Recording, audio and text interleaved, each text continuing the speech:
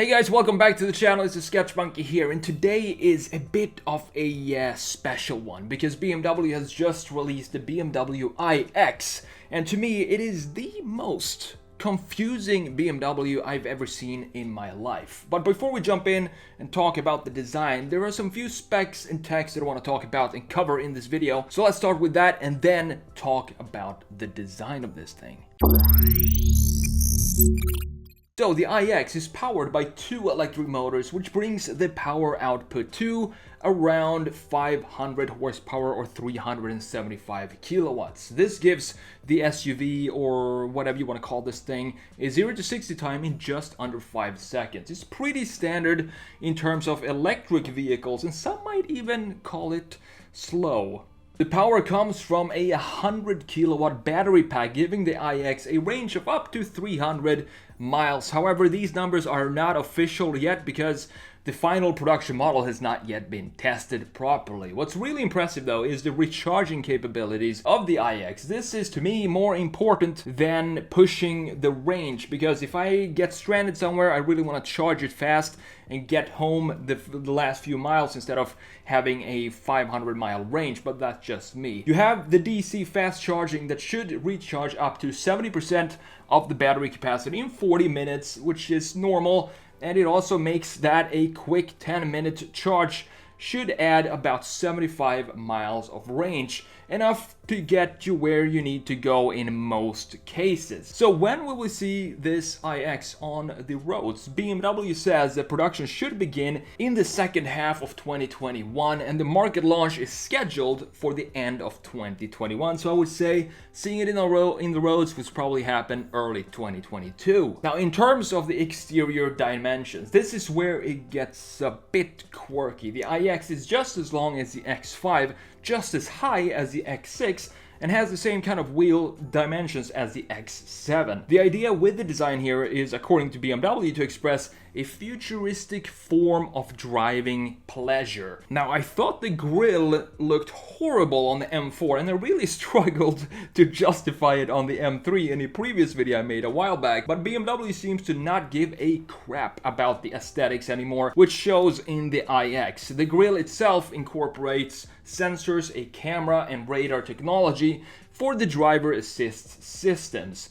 At least that's how you can try and explain yourself to your friends when they see that you bought an iX and looking at you sideways. On the inside, the iX feature a hexagonal steering wheel, which supposedly is that shape because it improves the ease of access and gives the driver a better view of the information display, is what they call it these days. So let's talk about the interior here for a second. To me, it's way stripped down. I know it's supposed to be very clean on the inside, but this just doesn't feel homey. It's too clinical. It has absolutely zero emotion. It's cold and sterile with a massive screen as a dash that looks completely out of place, in my opinion. Unfortunately, this is the direction that we seem to be headed in, because this is what seems to be the standard with all the new EVs coming out. You have either a large screen in the center dash and a small one on behind the steering wheel, or you have this skateboard of a dash that just stares at you in the face. So it seems to be getting more screens and more sensors and less soul. I want to feel those knobs and I want to touch those buttons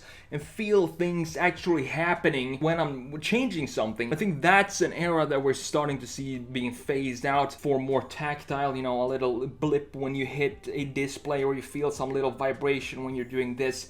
But that to me is just not the same thing. But enough about the interior. Here's where it gets really confusing for me, and this is a statement from the senior design VP of BMW, Adrian von Hooydonk, and I want you to look at the face of the iX as I'm reading this and see for yourself if this really makes sense. What you're hearing, is that really what you're seeing on the screen now? So here it is.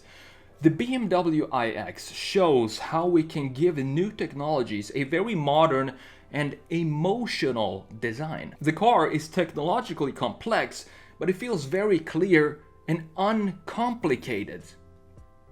Now, to me, this exterior design is the complete opposite of what Adrian van Hooydonk just said here in this statement. And to show you exactly what I mean, I want to take a deep dive into this design and let's face the facts. Let's jump into Photoshop and let me show you exactly why this is the most confusing BMW design I've ever seen in my life. Alright guys, so here we are in Photoshop once again, and this is the side view of what I think they have I know they have two models. I think this is the M Sport trim, which is a lot more confusing to me than the regular one, which is this one right here. This is probably the only case in BMW's history where I would prefer the non-M Sport. I mean, I think this is what it is. I think this is the regular one and this is the M Sport, because the M Sport just looks way too complicated. And we're going to talk more about that in just a second, and I'm also going to redesign it and show you what it could have been if they just made some small tiny tweaks to this design, and more specifically to the proportions of this car. Let's talk about the side view here first. In the sketches, it looks like a proper SUV. It looks like it has the correct proportions, but that's usually what happens when you look at design sketches. And then it goes into production and it kind of loses all of that stance and the proportions that it has in the sketches to sell to the management of the company. And then the engineers come in and they take away all the fun and they kill the vibe of the car, and this is what comes out. The problem that I have here is that it's a very saggy design. The entire car is just sagging. It doesn't even have a strong shoulder line, which is, to me, a problem with the new 4 Series as well, which I talked about in a previous video. But on top of that, we have the rear part right here, which is looking like it's about to fall off the car. It looks so rear heavy, this car. To make it even more interesting, they decided to make a completely flat nose here that looks like it just hit a brick wall going 50 miles per hour. When you combine all the sagginess and the lack of lines here, combine that with the super structured front end of the car, where you have 2 pillars going up, which is the nostrils of the new BMWs, it looks a bit weird. It doesn't have any line flow at all in this car, and that's something that we're going to fix later on in this video. So here is the cleaner version of this car. It still has the same kind of problems, but the front here looks a little less busy than it does on the M Sport version. And you also have this interesting cross section here in the C-pillar with the iX name. And in the M Sport version, you can see that this is actually gloss black right here. You have gloss black trim on the top level of the window and chrome at the bottom. Very interesting. And then you have gloss black on the lower parts of the car as well, in addition to the so-called air intakes in the front, which of course are not intakes because this is an electric car.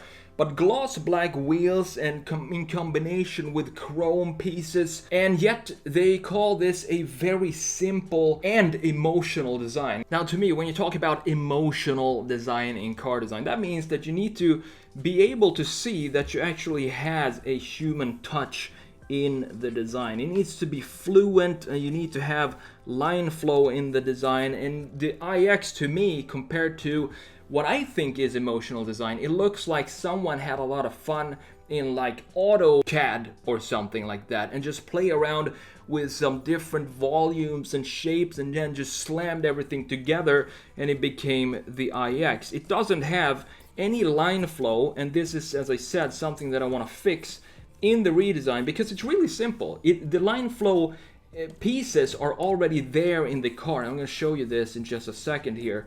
But emotional design to me means that you have a lot of long lines that connects to each other, and this is probably not the best kind of emotional design that I'm doing here really quick, but I just want to show you that it's all about line flow and the connections of the lines.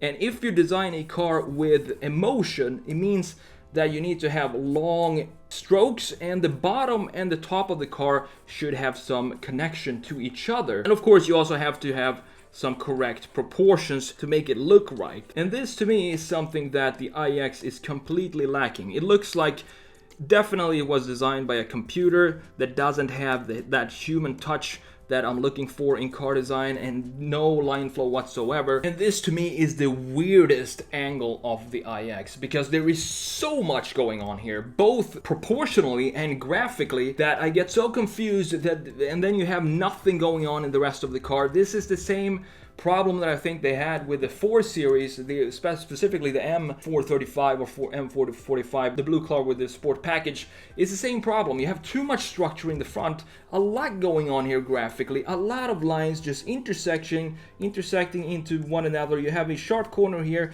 you have a radius here, a round shape right there, and then of course these massive nostrils in the front, or teeth that some call it nowadays, which I can definitely see. Before we jump into the redesign, I just want to show you the rear view, which I think is actually decent, but this same thing here, it has some weird graphics going on here. Parallel shapes or graphics like this completely ruins any type of emotion that you can have in a design, and it becomes a product. This to me is more like a consumer electronics product. The thing with car design that I wish we kept separate from every other design is the emotion in the design. A car design, a car in general, it is something that you wear. You wear the car, and it shows what, it kind of shows what type of person you are, or what type of personality you have, depending on what type of car you drive. And the car itself should have a personality. That's why we call the front of the car a face, because you have the eyes, you have the nose, and you have the mouth. But with these latest models from BMW, the 4 Series, the M4, M3, and now the iX here, I just feel like they are taking all of that soul away from car design, and they're definitely turning this into consumer electronics products more than car design, just because it lacks so much emotion here. The detail that I love about this car is this part right here. Let's just show you what the thing I love about this design is this part right about here. These rear lights, I think they look great. They're very simple, horizontal, although they look a bit squinty right now. That's because of the angle of the car. If you bring the camera down, you're gonna see that these are horizontal,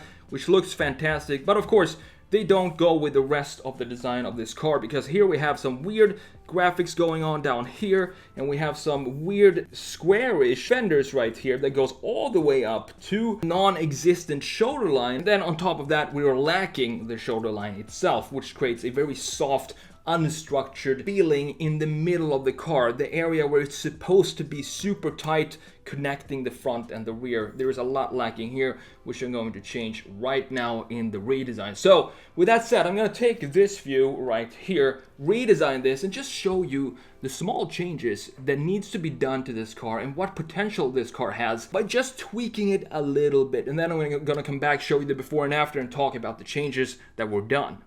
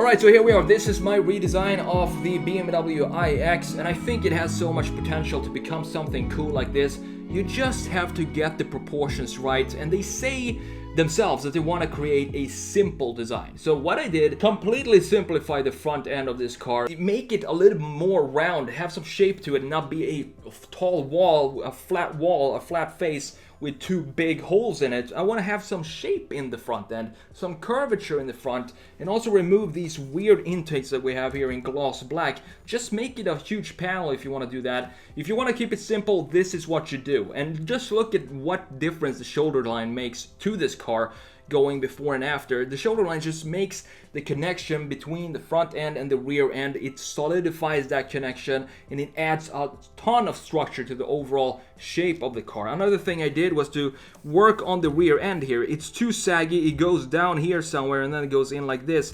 We needed to have a lift in the rear here. We need to lift this whole rear up and also extend this point up a little bit to make it look like an SUV and not a minivan. And of course, we need to change the weird chrome trim that we have on certain areas of this car and make it all either gloss black or matte black or whatever you want to do. I did that with the grille as well, and I think this looks so much better than the original shape, and also added the separation between the two kidneys. Adds a lot of simplicity to this design and brings back the traditional grills that we're known to see on BMWs. However, we have the big grills here. That is not something that I want to change because it's such a big part of BMW's new design language. So I wanted to try and work around that and try to integrate this better in this type of body of design. Now I'm going to show you the before and after, and you be the judge. Do you like the before? Do you like the after? To me, it's just a matter of small changes to the proportions, small changes to clean up the car, which they say they want to go in that direction. We can do that, but we can do that